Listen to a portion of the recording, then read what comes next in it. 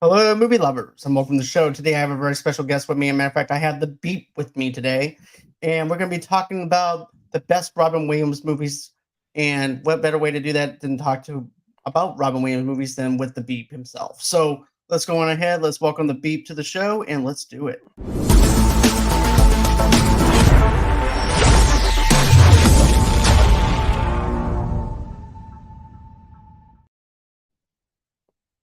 And hey, man, how are you doing? Doing okay. Surviving here. I just want to say the intro to your show, like the video and like the graphic, Mhm. everything you do, that's great stuff, man. Thanks, man. I do appreciate that. Just about every one of my guests loves it. So does Rossi's guests. They just fall in love with the themes and stuff like that. So I do appreciate that. Yeah, absolutely. You're welcome. But Somebody worked yeah, hard. man. Somebody worked hard on it. That's all I know. Yeah, it's matter of fact, I actually went through other people that are better at that graphic design and stuff than me. So I told them what I wanted, and they ended up delivering it on that. But we went through five different designers, and one of them, Yeah, trust me, we didn't even look anything like the photos. Like Ross, like, what the hell? We don't even right. look like them. I was like, yeah. So we ended up getting our money back off of one person, and then going over to this other designer, and we love what they did over there. So I'm really happy with it. Well, thanks for having me on. I Oh, you're very welcome. and for this content too. This will be an interesting one because I think everybody has a what's the word? A soft spot for Robin Williams, right? I think so too. I love Robin Williams. Hands down, one of my favorite actors of all time. I mean, he can make you laugh. He can make you cry. His dramas are really good. It's his suspense movies like One Hour Photo is also creepily good as Yeah. well. Even though some people don't really like it, but I like his performance in that one. But we'll get into all the stuff with Robin Williams. But man, his filmography is just outstanding. Absolutely. Yeah. No, I can't I know and I'm certain there's a movie out there that he's done that nobody cares about, but the ones that Yeah, I've seen, I don't know that the ones that I've seen are all smash hits, but the ones that I have seen, I have enjoyed all of them. same here. I go based off of like rewatchabilities and stuff like that on what I watch, and that's how I Yeah. came up and determined what my list of best Robin Williams movies. Yeah. So, All right. what do you want to start off out of the gate with as far as your best Robin Williams? The best Robin well, I actually had a question for before we started on Robin Williams, I had a question for you. Because Okay. you're movie lovers unite, right? Mhm. Which means you spend a lot of time watching movies, I assume, right? Yes, I mean, and breathe watching movies pretty much. right. So here's my question. What was the last film you saw in a theater? The last film I seen was The Hill, and I basically got like an invite to that one virtually, and I ended up enjoying it. It's like a Christian based film, Yes. and Mhm. so happens to be I got to interview the baseball player from that was the movie was based on and everything else. So yeah, I definitely enjoyed watching The Hill and going to see it for the very first time. Yeah. So, for those of you who are watching live, I live in a house with pets and children, and you may see some of all of those during this show. Just to let you know, just that so everybody's aware of what could happen. You know what I'm saying? So, uh, anyway, so yes, my cat Hobbs is sitting in the background right now. Good shot at. Yeah. Yeah. Yeah. But so we went to go watch a movie over the weekend, and it was the new Hunger Games movie. Oh, how was it? It was the best Hunger Games movie they've made. Okay, because I've actually heard some people say, well, you know, the Hunger Games movie itself, the new one, feels like a TV show made for a TV movie kind of vibe to it. But I'm like, I don't know. I mean, I haven't seen it. I've only seen the very first Hunger Games movie. I'm not a big Hunger Games fan or anything like that. But I was like, okay, is that really accurate on what one person's opinion actually is? Where it feels like a made for TV movie, TV I guess movie. what does that even mean anymore? Well, basically the dialogue, the way that it's filmed, and things like that. As far as camera angles goes, maybe the dialogue is kind of flat a little bit. It may not be as stronger, held up to the other Hunger Game movies in a Um, sense? so the difference is, I mean, if you're familiar with the first time, you said you only saw the first one. I didn't read the stories, so I don't really know. Same. Maybe the characters, that's the way they're supposed to be, I assume, just simply because of what you see from it's the it's like the prequel. It's where you get Snow from. It's where you get that the main evil bad guy from Right. like how did he come to power, his rise to power. And so that is his character, and the character who plays him plays that character to a T. Like perfectly, I thought. But hey, I'm not a movie buff. I was the most entertained by this one than I was from the other ones. Good though. I'm glad that you enjoyed that film. Because I know some people that came out loving it, and some people had like mixed reviews on it. But I'm glad that you enjoyed that film. But this does bring up my my my current disdain for the movie or entertainment, like TV entertainment industry in general at the moment, because I don't think there's an original idea left in Hollywood. It's hard to actually determine which is original and which one's not. Like you get some good ones that are original, and things like that too. So you get some Martin Scorsese movies that are really good. A matter of fact, the one that just came out, I haven't seen it, but I heard some good things about it. But as far as originality goes, I've been finding a lot more original stuff with the short films that I review and things like that that you can be told in like 5 minutes or 20 minutes for that matter. I'm falling more in love with short films than I am with these long budget movies and stuff like that too. But Yeah. there's some good originality in Hollywood, but some other times I'm like, okay, they're running out of ideas. They're trying to recreate certain reboots and franchises, then you ran out of ideas. Well, the reason I bring it up is because I'm seeing all these. They're asked the question I'm seeing on my Twitter feed is why the new Marvel. What's the name of the Marvel film with Captain Marvel and Yeah, Captain Marvel. so the new Captain Marvel film? They're like, well, why is it bombing? Okay. And I can tell you exactly why it's bombing. First of all, the first movie wasn't any good. Okay, the first Captain Marvel movie wasn't any good. But second, what this is like the 50th movie of the franchise. I don't really know what the number is, but we're like, dude, after the Avengers Endgame was like the last film, like the last Avengers film where they actually kill the bad guy. I felt like that should have been the end of all of the Marvel movies. Well, here's the thing. It's hard to actually kill the franchise itself because they come from Marvel Studios, and because Marvel Studios is now a thing with Disney and everything, so it's hard to actually do that. But I do have to agree with you on the fact that the very first Captain Marvel movie wasn't that great, but it made over $1 billion in the box office though too. But it was also leading into Endgame. And Right. that's also why I capitalized on the $1 billion marker because it was leading up to something, and that's something that we liked out of the whole entire deal was it was leading up to something. These other There's where are we movies, going? That's the question is where are we right? going? And it's miscombobulated. Nobody knows what anything that what it's doing or anything like that. Don't get me wrong. I like the Loki TV series for season one. I like Loki season two. Um, and then of course I also liked Vision and WandaVision. But as far as The where they're Spider-Man film was going, good. right, but I did not like here's the thing, I did not like Doctor Strange. I did not like, Doctor Strange 2, I mean. And then I also didn't like Quantumania. I also didn't like, the other set of Marvel movies, and I went in there thinking that this was gonna be really good, and it wound up sucking for me, Right, but how can it be good if you've basically gotten rid of the ultimate bad guy? Like, how do you which top that? is right. So you would actually need a top tier, character, maybe like Doctor Doom. You would Right, that's actually what I'm saying. need Is like, but was yeah, Doctor Doom? Well, forgive me. The name of the main bad guy that they killed in Endgame is eluding me. What was his name again? Thanos was Thanos. the, That's right. main bad guy. So is Doctor Doom worse than Thanos? He's not tougher than Thanos. I think Thanos is a lot more stronger, but He's also, but I think that you need to have a bigger character to be able to say, "Oh my god, this person's a threat."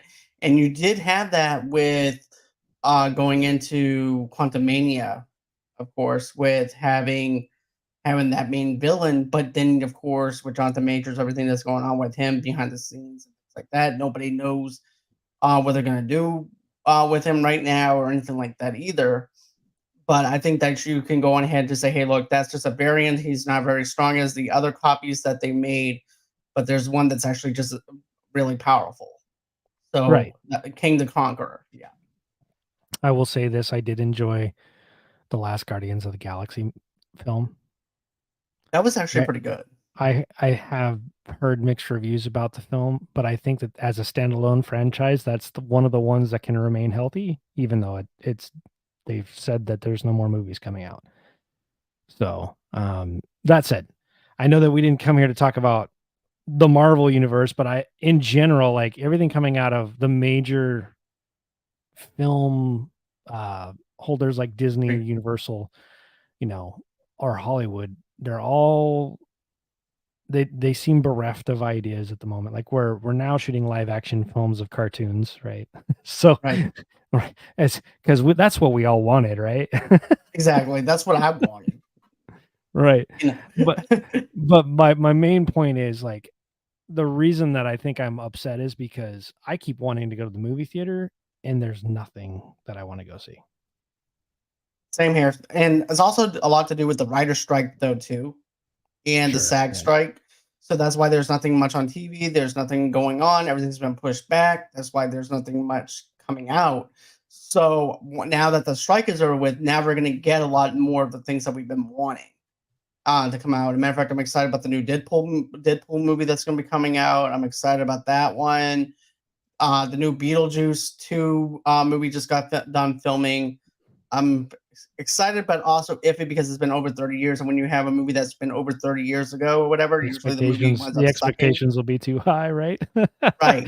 Right. Coming to America 2 sucked. Coming to America 1 is still the best one. So Right. there you go. Right.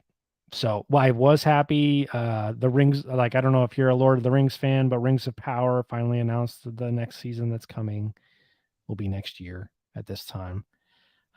I'm into that. So I was excited about it, though I wasn't super thrilled about the original season.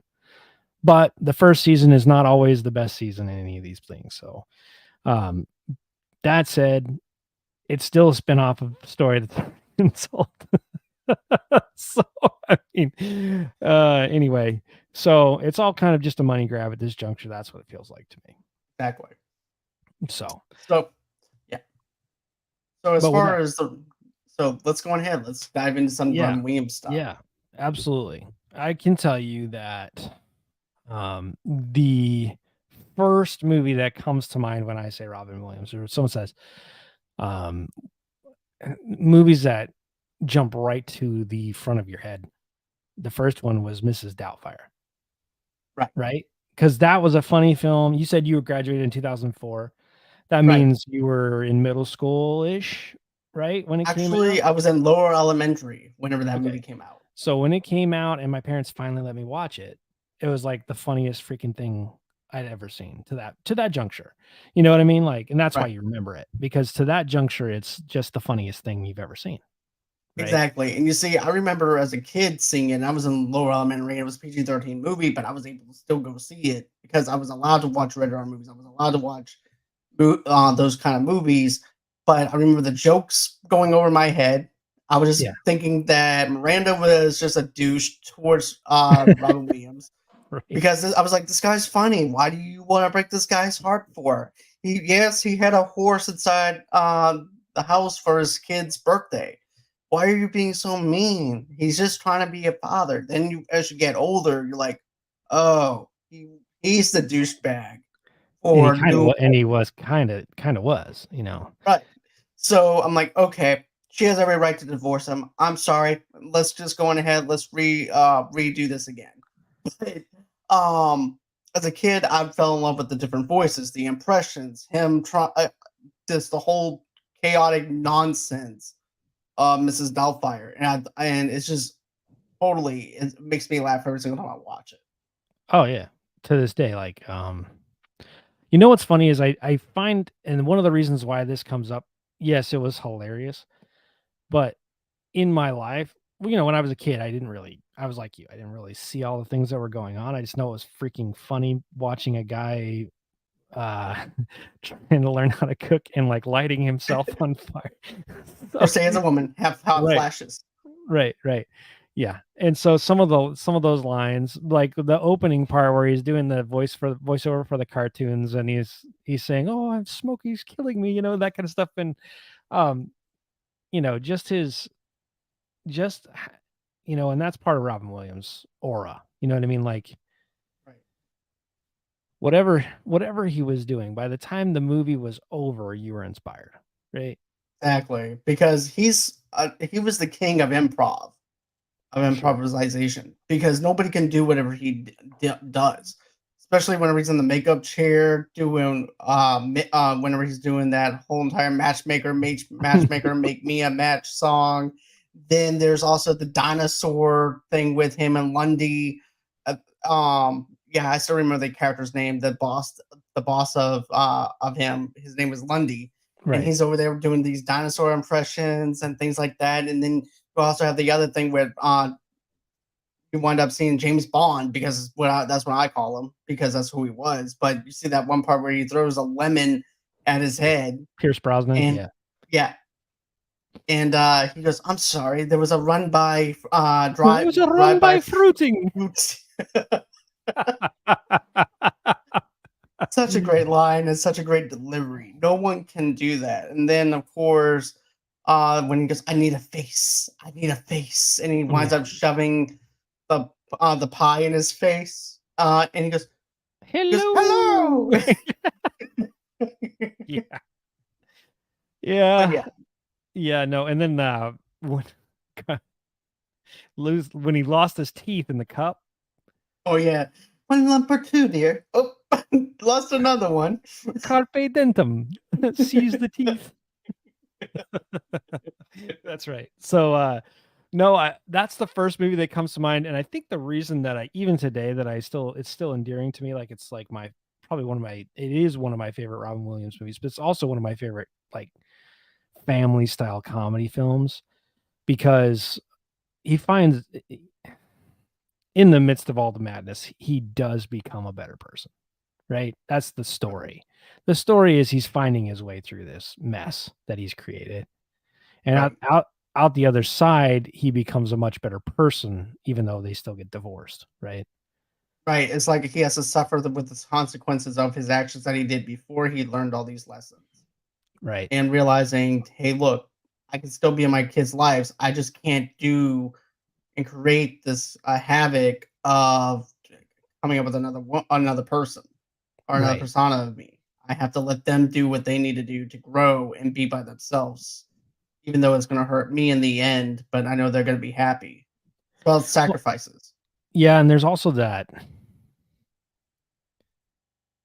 and that's the thing. there's that feeling. Sorry, I paused there for there's that feeling of what someone's willing to do in order to be around the people that they love.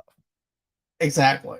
And he went through a lot of measures. I like how he goes through the interview process with Miranda, where he's doing the different voices. Yeah. Yeah. That was just classic. Yeah. Oh, a boy! I remember. I used to be one. Click, and then there was. That's right. Used to be one. Yeah. That's right. That's a good that whole and then he's talking, "Hey, quit making that noise. Don't make me get the hose." Yeah, that was good. Those were good Hello. lines. You're right. Absolutely.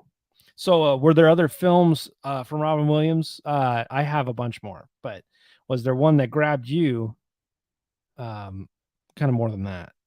Okay, so for me, okay, I could either go with Aladdin, or I can go with another movie that I've seen in theaters, which is Hook.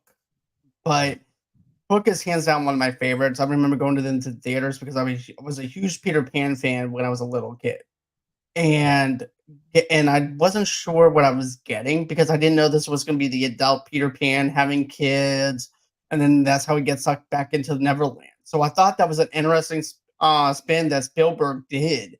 And every single time that I see this on a streaming service, I just have to watch it. It doesn't matter. How can you not, right? If it's on, you're watching it, right? That's one of those, if it's Exactly. on, you're watching it.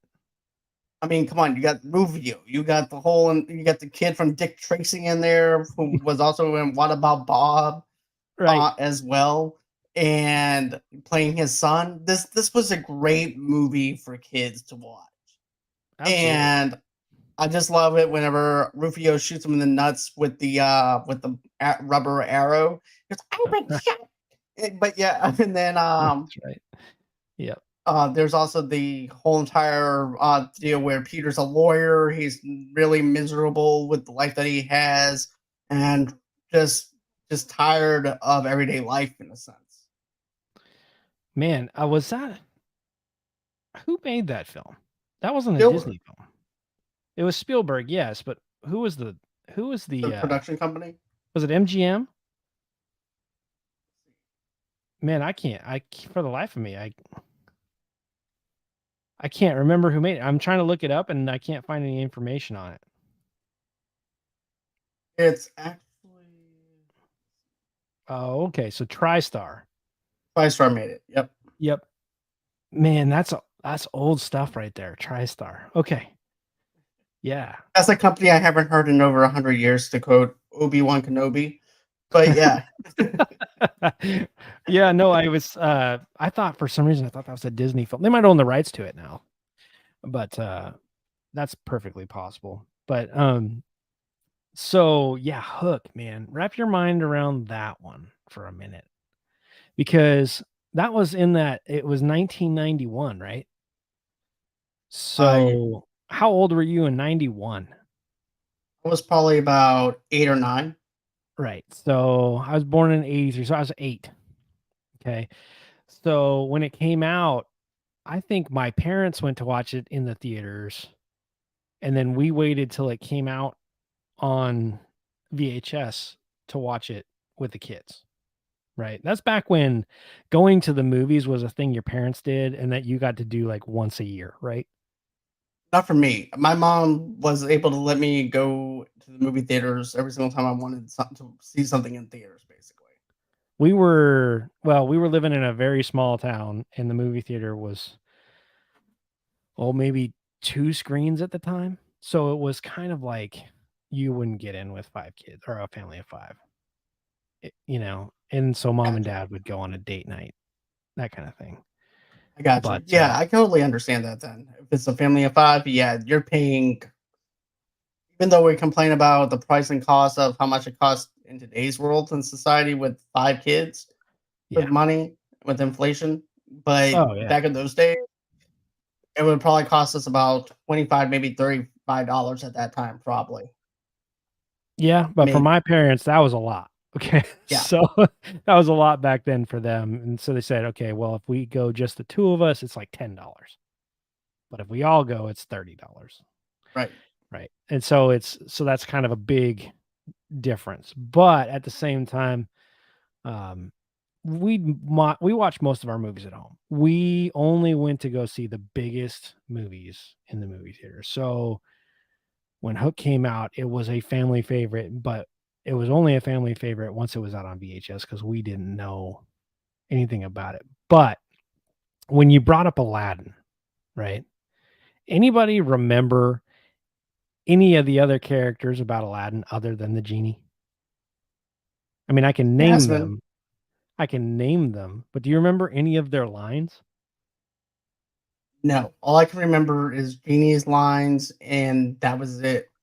And that tells you everything there is to know about how good Robin Williams is, right? a Exactly. a singular actor who is not a main. I mean, he's a main character, but he's more of an offshoot of a main character. He's like a supporting cast role member that's kind of there almost as much as the main characters. And you remember him more than you remember the story, more than you remember the other characters. You don't know any of the other characters' lines. You only remember the genie. And that's it. And apparently, and I read a little bit of trivia on this because I read that he did the Aladdin movies for like 80 grand. That's what he got paid for it. Like a minimum fee to do that film. And I also remember Gilbert Gottfried being in that movie though too. Oh yeah.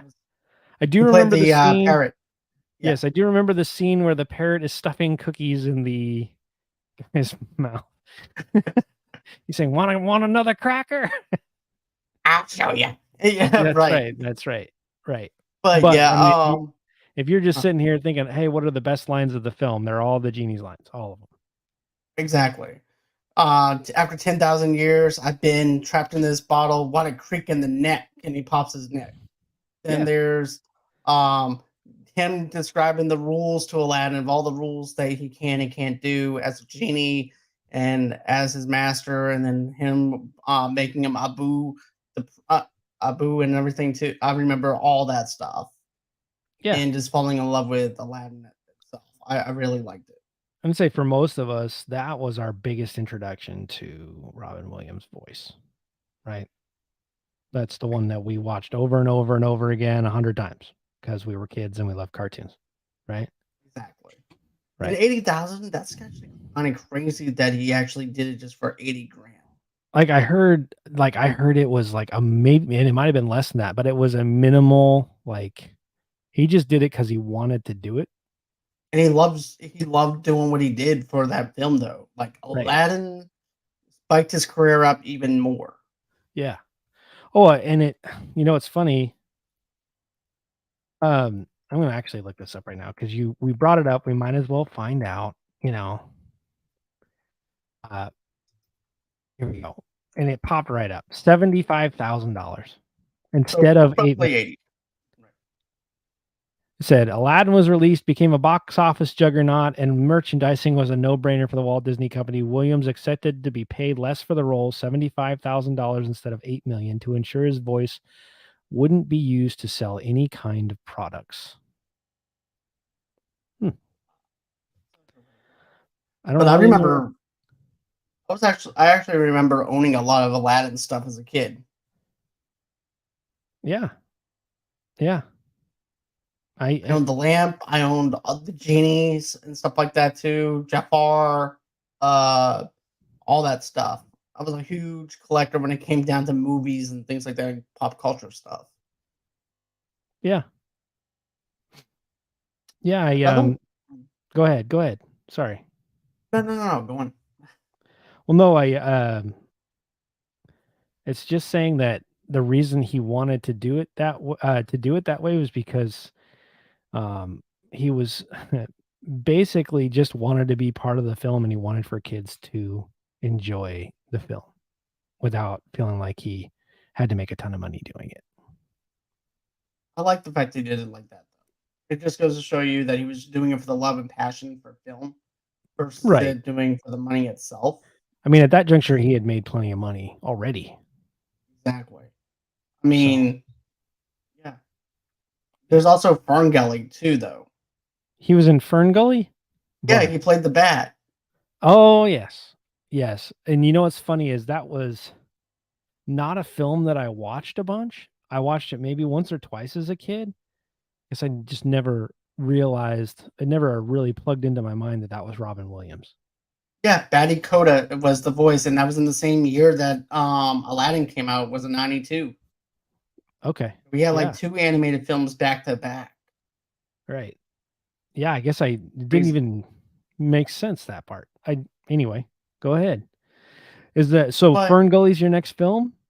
yeah, Ferngully to me was one of my favorite animated films because I remember the bat just being like me. I have ADD. I was like all over the place. Him doing just different voices and having like that AM FM kind of vibe to him and Yeah. stuff like that too. With his battiness is what I'm gonna call it. His battiness, since he, but Right. I really enjoyed it. I really enjoyed the film. I haven't seen it in so long though. But just like Aladdin, his stuff is just as quotable in that film than it is in Aladdin though, too. Yep. Yep. So yeah, like I said, I the Fern Gully film was one that came out when and it's still a huge movement that's coming through, but it was a political movement to stop uh, destroying the rainforests, and I enjoyed the message. It was a good one. You know, make you think in ways that maybe you hadn't really thought of, because I didn't really live near a rainforest at the time. either. So But it also goes with pollution and environmental stuff though too, with the trees and the things like that too. So it's more like an environmental movie. Is wherever you live at, you can relate to it. yeah, So yeah. too. Um, so there are so many films on the list that he has been in. I mean, I did not like this film, but Flubber, I mean, that was for me one of those slapstick humor comedy films that was right up his alley, but it wasn't really that great of a film. I didn't care for that one too much either. I remember seeing it on Thanksgiving Day, which is like a holiday movie that came out on Thanksgiving because I remember going to see it. But Right. it wasn't one of my favorites. Like I laughed, but I'm like, it's not as good as I wanted it to be. You know? Right. Right. So I would say there's a couple movies that really stood out. Obviously, I assume that you've seen Good Morning Vietnam. Yes, that was actually on my list though too. So let's talk about that. I didn't watch this until I was an adult. It's just not Same. something that my parents would allow me to watch. They stuck by their guns when it came to the ratings on the movies. So at my in our house growing up. So I watched. I was like, you know what? Everybody talks about this film. I'm watching it. So I put it in, and I was pleasantly surprised. It was a great See, film. I was allowed to watch rated R movies, like I said, but it was one of those movies as a kid. I'm like, I'm not interested in this. This is not something that I would watch. I would probably find it boring. The only time that I would probably laugh my butt off is whenever he's doing the voice impressions. So it wasn't until I was like 18, maybe 19, when I popped this in and watched it, and I laughed at all the bits that he did, and then of course with the news trying to cut censor certain parts of the war, and of course he winds up sticking up for what he believed in because he was actually involved in that whole entire bombing situation. They were Right. trying to cover it up, and he didn't realize too at that time of how bad censorship was within the Yeah. war. Yep. So that was also another thing. But Yep. I like the whole entire deal where he's doing these different impressions. He's basically Howard Stern in the mornings in Vietnam. Right. Essentially. But he's trying to keep the troops entertained. You know what I mean? Right. Like, that's who they would listen to in the morning, and it's tough because they're fighting in a war that they probably don't really want to be fighting. And so Exactly. his job, or the job of the disc jockeys at the time, that was what they did, and they had to keep these guys, their morale up. That was the job. The job was to keep the morale up, because they're really fighting in a war that they shouldn't have been in. And everybody knew it at the time. But the Good Morning Vietnam, did he win an Oscar for that one? Don't know.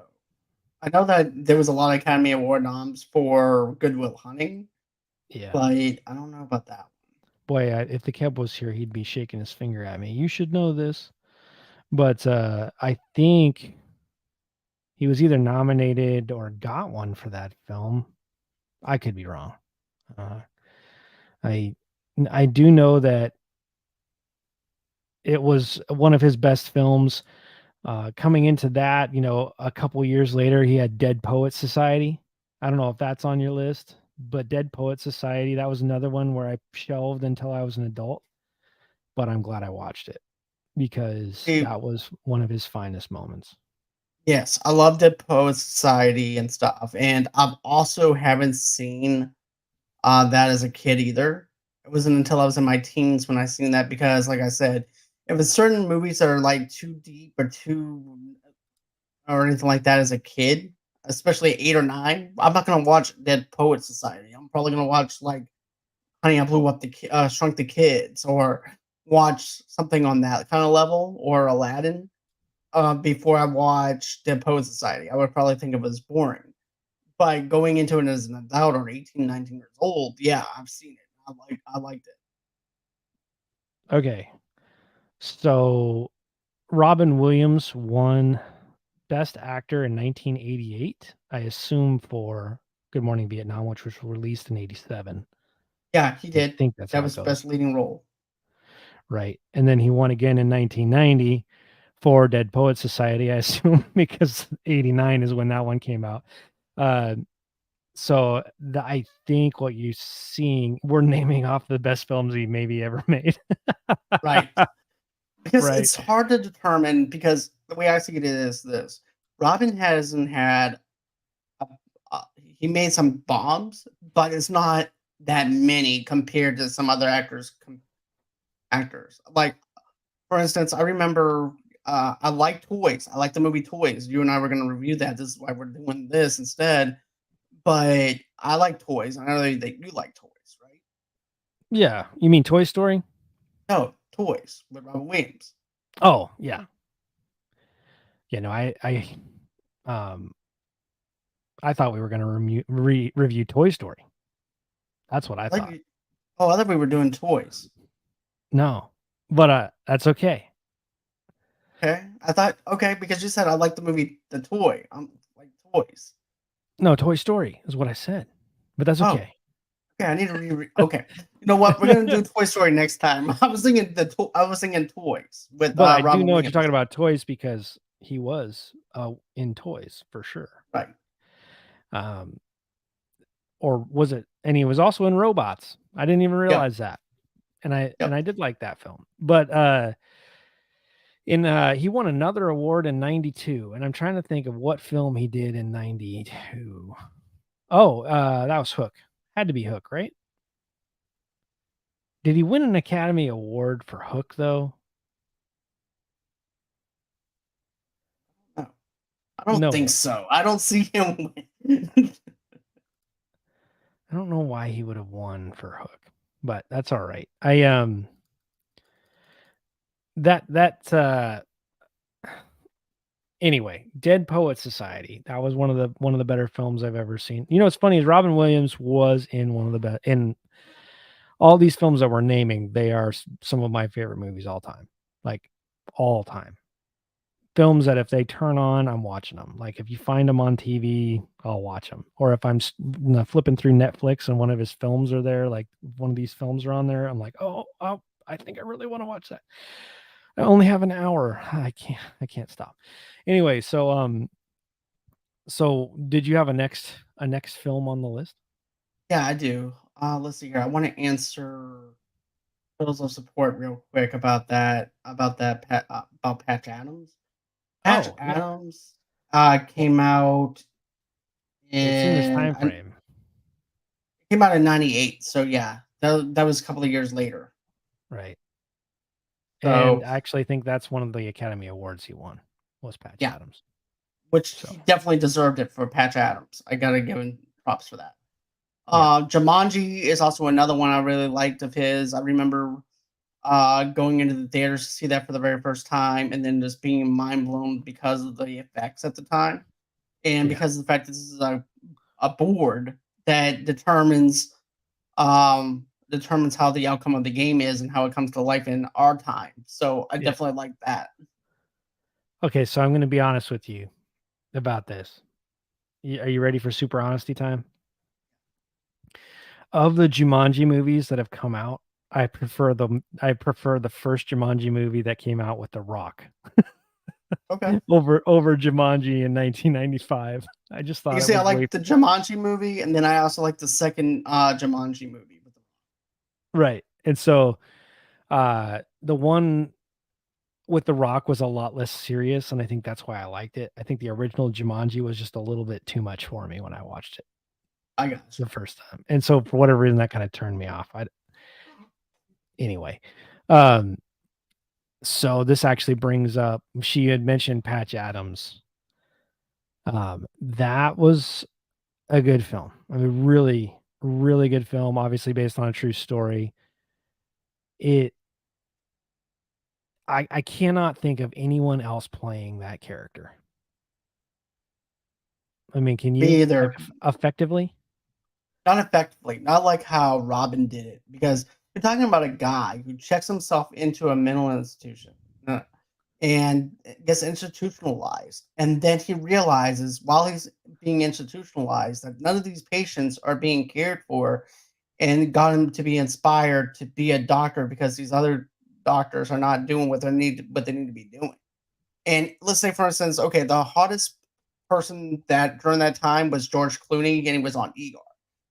If you Right. would have put George Clooney in a Patch Adams movie, it would not have worked effectively. If you've seen that character that George is playing, and he'll be typecast as that character from ER versus it being a Patch Adams movie. But what Right. Robin Williams did was he became Patch Adams. He understood who Patch Adams was. He did the research for it, and he cared about what he was doing. And you can see it, and did it consistent. He actually did it well, and I still laugh at a lot of the bits that he did, even whenever you see this woman's legs are spread open over the door, and he goes, "Be careful, it's a little slippery." Right. So, and then there's also this one woman who wanted to be in a bowl of soup or bowl of Right. cereal, and he did Right. that for her. It has so Noodles. much mix of drama, comedy, and it'll make you cry because of what happened to his girlfriend towards the end of the film. It's a perfectly well balanced movie. And then you also I have, definitely yeah, wept in that film. Definitely wept. Absolutely. yeah, I was in junior high when that movie came out, Yeah. and I I was went out and seen it. I think I was a freshman in high school when I saw it. And we watched it as a family and we all cried. So it But you was also a have Philip Seymour Hoffman in that as the douchebag roommate who's trying to turn him in for every little thing that you can think of, and then he needs him. because he's now flunking himself or something like that. No, he needs him Can't because one remember. of his patients is dying and he can't get him to eat. Yep. Right. So So, yeah. and he gets him to eat. My other favorite thing though, man, is this, okay? They go to a meat packing place or something like that, or seminar, Right. and he has like the coat of the doctor, but he covers up the emblem. Right. And he goes, and he's just imagining what it would be like to actually have the MD on the jacket. Right. I really find it inspiring. Well, I think originally they go into the meat packers convention Mention. just to Yep. meet people. Is that what it is? I think Yeah, that's what that's he what it was doing. was. It was just to meet people, just to see if they could get away with entering that place, even though they're not on the list. Right. And Robin's over there going, "How you doing, partner? It's good to see That's you. right. I haven't seen you on ages." Yeah. And then That's right. he does that whole entire thing with the skeleton. Donner, Parter, get 50. That's right. That's good. That's good. All right. Well, this leads me to my favorite Robin Williams movie. Yeah. And I did not watch this movie until I was out of college, I don't think. And some of you are listening to this and be like, what? But I wasn't out of college until '07. And I had not seen Good Will Hunting until one fateful day I watched it. And I was like, everybody talks about this film. I'm going to watch it. And it changed my life. Like his character in this film, not Matt Damon's character, not Ben Affleck's character, but Robin Williams' character in the film changed the way I see things, and how I'd like to deal with people. It was just the way that he portrayed the uh, psychologist, or I guess psychiatrist, who met with Will Hunting. Uh, that really made me want to help people. I like that. If that makes any sense, because the way that he deals with what I would call, first of all, you have Will Hunting, who is a savant, essentially, right? But he's also a very wounded savant. So if you can help him, then he's going to change the world. And that's what goes on. But what he turns him on to is the most important thing in your life is I got to go see about a girl. You know what I mean? And but the thing about it is in the psychologist or in the psychiatrist's life, in that character's life, the thing that made him a better man, a better person, a person ultimately that's going to serve the world better, is his love for his wife. Right. because Exactly. he would come home from talking to these crazy people and she would center him, you know.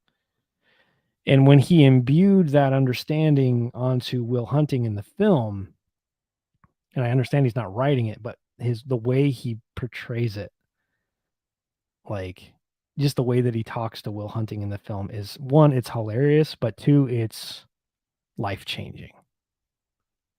Like the things that he says. Exactly. I like how he tells the story about his wife, about how they first got married, and how they first and then I also like how Ben is also very caring towards his friend Will. Because one day I'm gonna come by over here. You're not gonna be here. You're gonna be off, having your own life. And that's actually one of the things that I really liked about it was how caring he is. He's like, look, you're basically wasting your time doing what you're doing. And you're smarter than this. You don't need to be doing what you and I really like that whole entire charismatic to Ben's character, but I also like Will's character though too, where he's how real he actually is. Because it's like everyday life, everyday conversations, and he's talking to Robin Williams, and you know, I really admire this film a lot, and not only that, but I really tear it up, and especially that last scene with him and Robin. You know, Yeah. No joke. But so one, Matt Damon and Ben Affleck wrote the film, right? And they are young people when they write this film. So their insight is extraordinary for this time in their life, right? But two, like the casting of Robin Williams in that, can you once again, a character, can you see anyone else playing that character? no, I cannot see someone playing that psychiatrist. And you Um, know what? Yeah, you know what movie came out the same year? that Flubber. yep, Okay, so you have Robin Williams in Flubber, and in the same year he's doing Good Will Hunting. The range for Robin Williams acting is just out, utterly extraordinary. I mean, just it just goes to absolutely show you. extraordinary. Yeah. Exactly, it just shows you the layers that he has as an actor to do something that's totally serious, and then go in with comedy. Yeah, like I mean, you got a Patch I mean, Adams yeah, character, which he plays the next year, in right, 98 it comes out. So these movies are coming out one right after the other. And we're talking about a stretch of 4 or 5 years where he is Academy Award mention constantly. You know, Good Will Hunting, he's not the main character, but I think Matt Damon was. He was nominated for Best Supporting Actor for Good Will Hunting, and I think he won it. And then he won again for main character Patch Adams. So, I mean, he had a stretch in the 90s that you could argue that he was the best actor in the world exactly. That's how at the I time. viewed him as too, because of his track record. Right. And yeah, Toys. I'm gonna be real with you too. Toys didn't make that much money in the box office. That was his worst movie that he did in the '90s. And I remember that movie only being up at the movie theater for a week, and then they took it down. Because I was excited because, "Oh, I get to see another Robin Williams movie." I was like, "Yeah, I'm gonna bring you over here, Saturday." I was like, "Okay."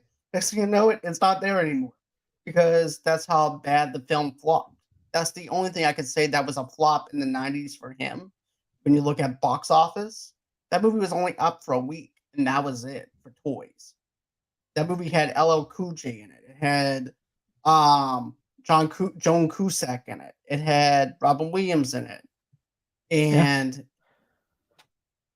it wasn't that great of a film, uh, Yeah. uh, or anything from what I remembered. I remember as a kid being bored with it, and then a couple of years ago, I was like, you know what? I want to revisit this and see as an adult. Maybe I might actually have different lenses for it. And it's really a deep, dark movie. That that is very depressing in a sense.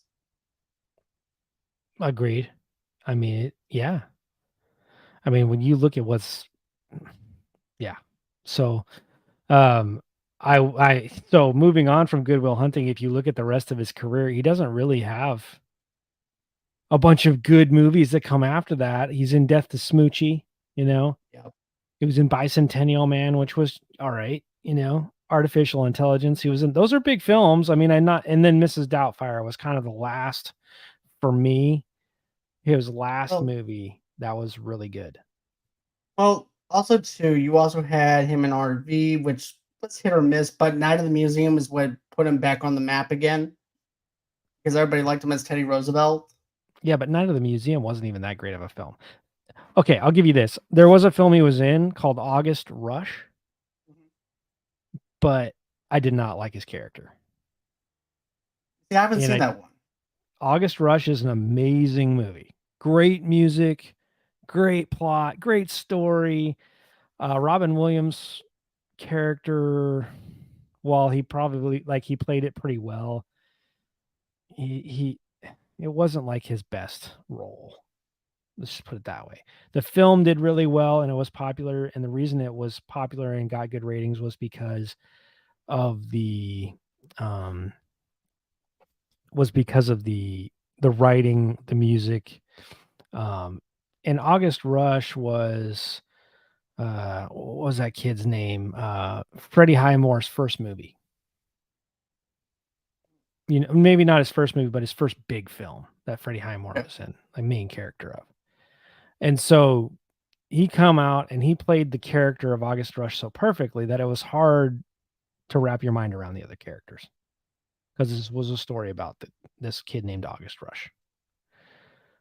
So you should watch it. It's a great film. Great film. Definitely will. And Insomnia was also another good one that he did. Yes, and that's one that doesn't come to mind for me because I may have watched it once. I watched it maybe once or twice, but performance level, that's what I remember. Um, but let's see here. His character isn't meant to be liked, No. but 1 Hour Photo was also another film that he did. He was really creepy in that movie. It made my hair stand, my arms, hair on my arms stand up. It's really extra creepy in it, but it's not one of those movies that I want to go back and revisit again or Yeah. anything. But it's still, it's still up there as far as him being a really good actor. You have Tu Wong Fu, Thanks for Everything, Julie Newmar, which he was just featured in it, and he just shows up in it for a minute playing John Jacob Jingleheimer Smith. Then you also have him in another cameo appearance and everything too. In another film, but I forgot what other film that was. But then you also have him in The Birdcage, which was not one of my favorites or anything like that. There was like some aspects I liked and some I didn't really care for in it. Jack was pretty good. Yeah, Jack was pretty good. Yep. I'll give you that. And then he was also in Jacob the Liar, which I've been told is a really good film, but I haven't I haven't seen that one. seen it. Oh yeah, 9 Months. Dr. Kosovic was one of my other favorite ones from Hugh Grant. But he was only a doctor. Yeah. And he's supposed to be like a Russian doctor. And he comes from Russia and he's a veterinarian. So the only thing that he knows how to take babies out of is cats. Yeah. Yeah. But yeah, all in all, this has actually been a really good segment, though. I'm glad that we actually did the best Robin Williams movies. Yeah, because I wouldn't have been able to speak much to toys because I haven't really seen it. And I promise you, we'll review Toy Story because that is one of my favorite Pixar movies. Yeah. Yeah. So No, that's the next one that you and I need to do. Seriously. absolutely. No, I'm into it. I am totally into it because the Toy Story films, not to get away from Robin Williams, of course, but the Toy Story films came out, what, 99, 98, 99?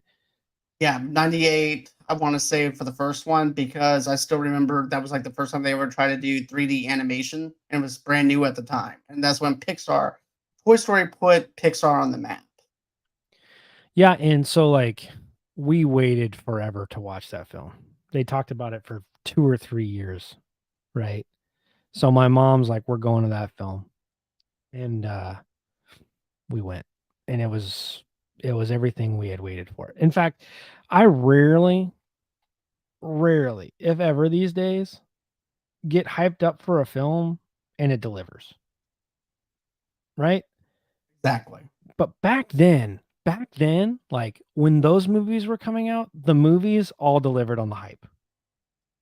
Right? I mean, Yep. like I can't Jurassic Park. I mean, come on. delivered. Absolutely delivered. The Yes. ones that followed didn't really deliver, but the original Jurassic Park, it delivered. You know what I mean? And Yes. and so these Robin Williams films we're talking about, they all delivered. In fact, What you more see than is what delivered. you got. There was no misconception in the advertising or anything like that. It was what you see is what you got from Robin Williams. Nothing was cut out from what the trailer was onto what was the full length movie. It was just perfect. Right. And so I think that's what I miss about that era of film. I mean, look, when's the last time that we had a Patch Adams like film? You know what I mean? Can't even We're tell you. we are crying out for a film like that. You know what I mean? The closest thing, like this isn't even the '90s. Richard Dreyfuss, Mr. Holland's Opus, is actually the closest thing that you can get to a Patch Adams movie, though, too, but Right. delivered in a different way. But And still, I that want was a that. great film in and of itself. Great film. But I can't think of when's the last time. I mean, and there have been films that have come out that were great. I'm not saying there haven't been, but when have we had a movie that one delivered on the hype and two was not like was a unique idea, like an original idea? That No, wasn't like some people. Jaws 2 or you know what I mean? Like the third film in the franchise. When's the last time we had a film that delivered that was now I heard that this Killers of the Flower Moon was pretty good, Yeah, I right? heard it was good, but I haven't seen it. It's one of those things that I have to go with. Forrest Gump is also another good one. That Yes, was that's also another not that came out overhyped. in the 90s, right? Exactly.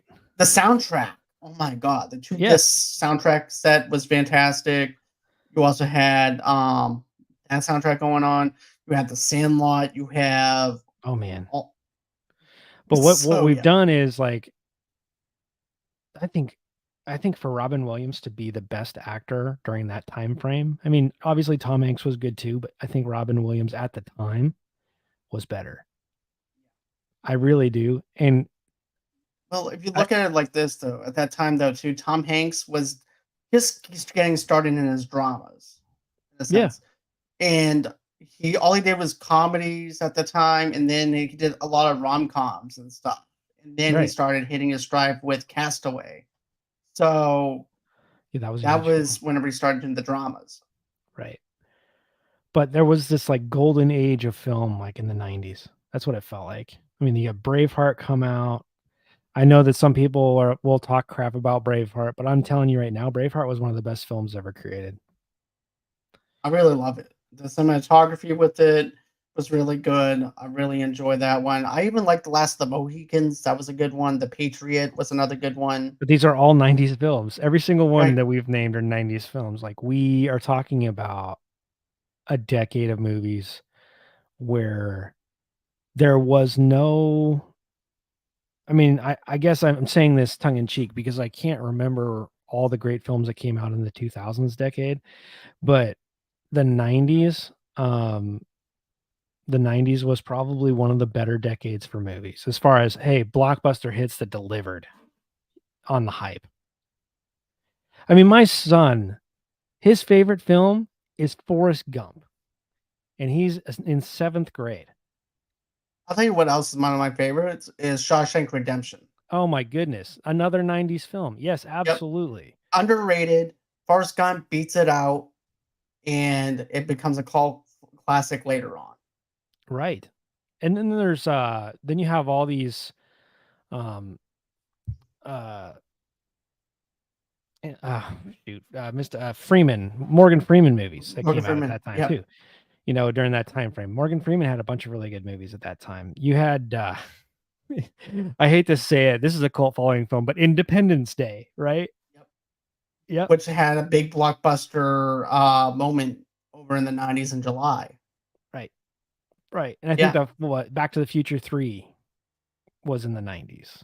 Yep. '93, I believe, if I'm Right. not mistaken. But that was like and it delivered. Like it was the first for me, what's funny is that wasn't a unique idea film, but what they did was they made it into a unique film. Like where They expanded on it, right? it's the third film in a trilogy of films, and they made it absolutely unique to the other two films. You know what I mean? Like you could literally watch that film and be like, "Oh, this is new." Right? And you Exactly. didn't necessarily have to be plugged into the other two films to figure out what was going on. Right?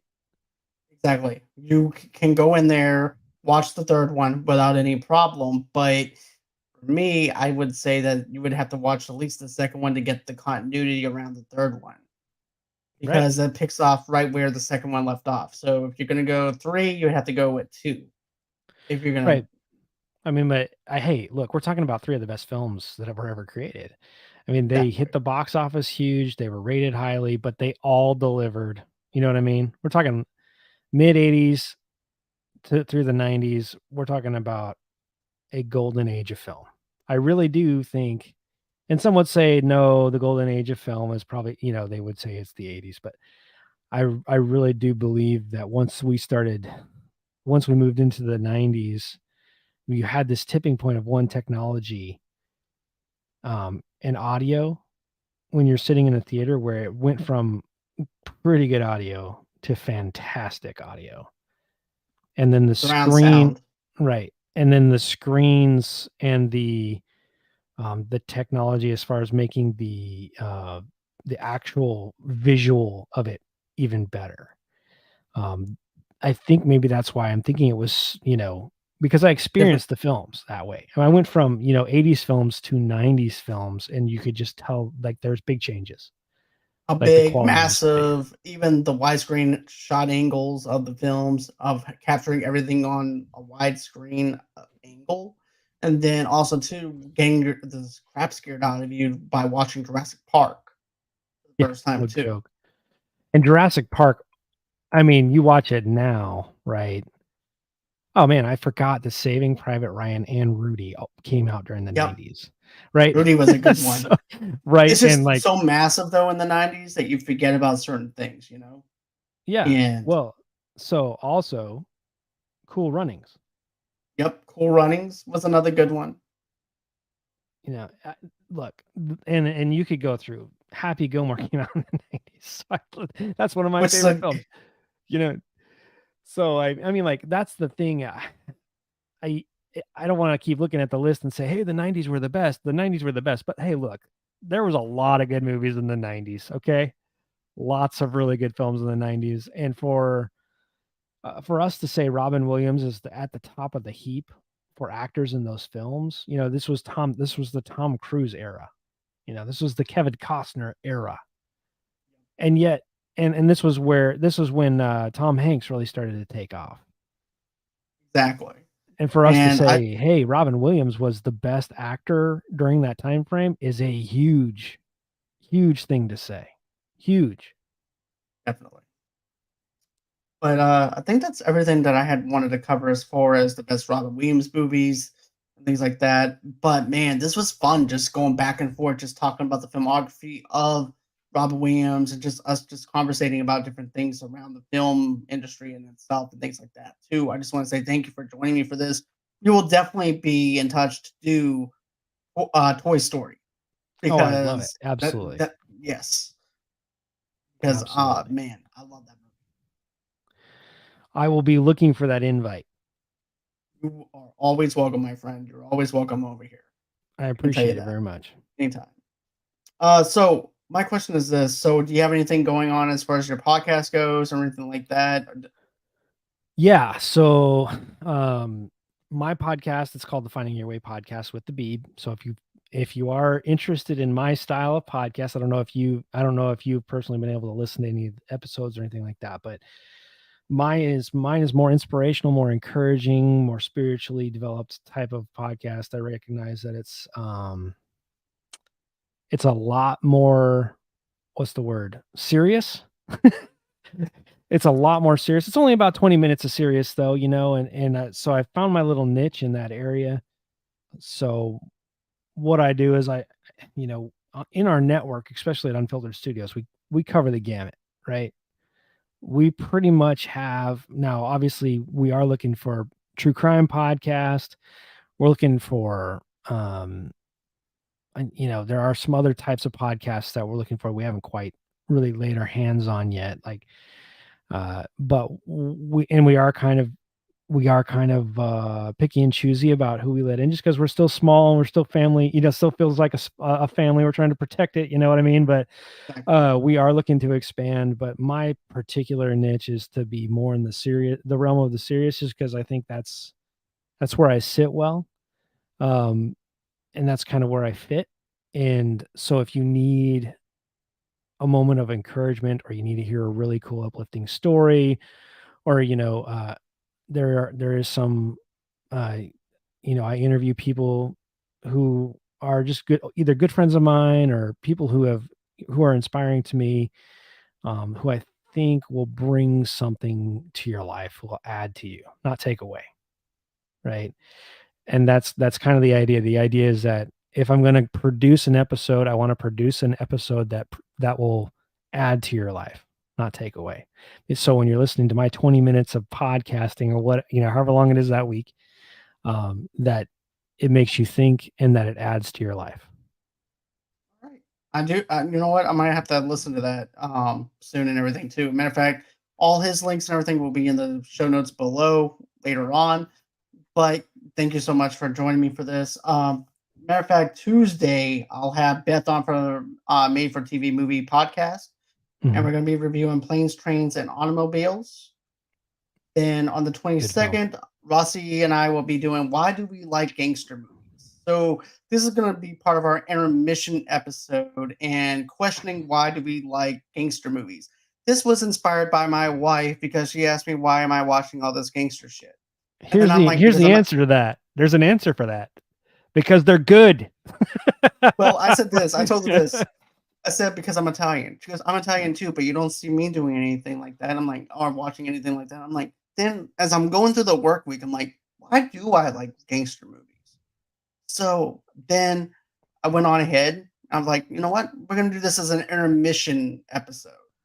So intermission episodes is going to go like this. Imagine that you're online and you're waiting for your movie to start, and you're standing next to your friend or whatever. And you're like, well, the new Avenged Sevenfold album came out. Really? Okay, so what is that about? How is the music? Then you start talking about that. And then you also talk about, well, I like this gangster movie. Well, why do we like gangster movies? And you have that conversation with somebody else. So that's going to be part of our intermission episodes. And then after that, Rossi is going to do another show this is her video game segment that she's doing, and she's going to be doing GTA San Andreas. So we're going to be reviewing that. So there is one film. So you brought up gangster films, and I don't want to take up too much time, but Kevin Costner was in a gangster film. What was it called? I keep saying I want to watch. I know which one you're talking about. It's got De Niro in it. The Untouchables. The Untouchables. I have not seen the film, but I want to desperately watch it. Like, I need to see if it's on Netflix or something, because I keep seeing it. I see all these clips from it. I'm like, everybody knows this film. I have got to see this film. I actually went I didn't go anywhere, but I actually seen the movie about 3 or 4 years ago, and I really liked it for the very first time. I didn't go back and revisit it, but it is such a good film. I definitely recommending you seeing it. I know we talked about 90s tropes, but Tombstone was also a good one too. Yeah. Tombstone. That's a for real show right there. I'll be your Huckleberry buddy. But anyways, guys, I hope everyone has a great and safe night. I thank you so much, Beep, for joining me for this. This means so much to me. I've been wanting to do a top list of Robin Williams movies for a while, so I can actually cross that off my bucket list of things to do. Well, you're welcome. Thanks for having me on. Anytime, man. All right, guys. Well, have a great and safe night, and we'll catch you guys on the next one.